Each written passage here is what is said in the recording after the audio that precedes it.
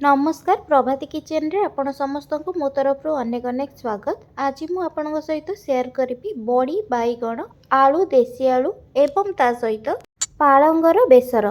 ताहले चलतु स्टार्ट करिबा आजिर रेसिपी। प्रथमे कड़ाई रे मु किछि बड़ी नेइकिरी भाजिकी रखी नहीं। आपण जेतिकी बड़ी नबा पई चाहिए सेही हिसाब रे अधिका कम करी बड़ी नहीं पारिबे। मु एटारे बिरी बड़ी ही नहीं।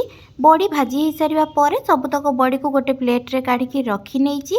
एबे सेही कड़ाई रे आलू एवं देसी आलू को काटिकी रखी नहीं। एबे सेही आलू देसी आलू को कड़ाई रे देइकिरी किछि टाइम पर्यंत गोळेई नबा परे सेथिरे गोटे चमच लूण गोटे चमच हलदी देइकिरी गोळेइकिरी घोड़ेइकिरी किछि टाइम पई रखी देइछि। जेहेतु आलू देसी आलू सिजिबा पई टाइम लागि थाए सेथिपाई आलू देसी आलू को आमे प्रथमे भल से सिजेई नबा। एबे हलदी लूण देई सारिबा परे गोळेइकिरी किछि टाइम घोड़ेइकिरी रखि नेबी। मझिरे मझिरे गोळेई नउथिबी नहले कड़ाईर तले लागि जाई पारे सेथिपाई मझिरे मझिरे ढांकुणी काढिकिरी गोळेई नउथिबी।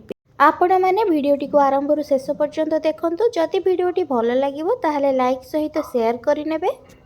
आउ जदि मो चैनल रे नुआ थिबे ताहले सब्सक्राइब करि नेबे। सब्सक्राइब करबा सहित पाखरे थिबा छोटो बेल आइकन को क्लिक करि नेबे, जहा द्वारा मु नेक्स्ट जहाँ भी वीडियो अपलोड करी ताहार नोटिफिकेशन आपण फोन को आसी जिवो एवं आपण जे वीडियोटी को देखि पारिबे।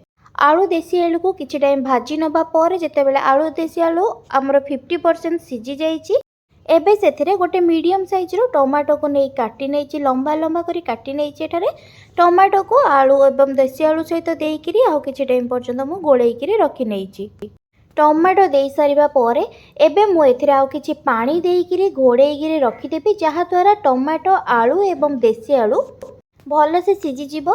सिझिबा पई गोटे साइड रे देइकिरी आरो साइड रे बेसर तरकारी पई किछि आमे मसला रेडी करी। मसला रे गोटे मिक्सर रे 2-3टी सुखिला लंका ता संगरे किछि रसुण एवं अदा गोटे खंड ता संगरे गोटे मीडियम साइज रो पियाज को देइकिरी सबुतक को भल से मु बाटी नैछि गोटे मिक्सर रे देइकिरी। एबे देखंतु मु मसला सब बाटी नेला परे एबे मु सोरिष मसला मध्य आगरु रेडी करिकिरी रखिथिली, जोटा कि मु वीडियो रे देखै पारिनी। सोरिष मसला रे मु 3 चमच सोरिष रे गोटे चमच जीरा को देइकिरी बाटी रखिथिली। एबे सेही सोरिष मसला को 3 चमच मु एठारे देइछि।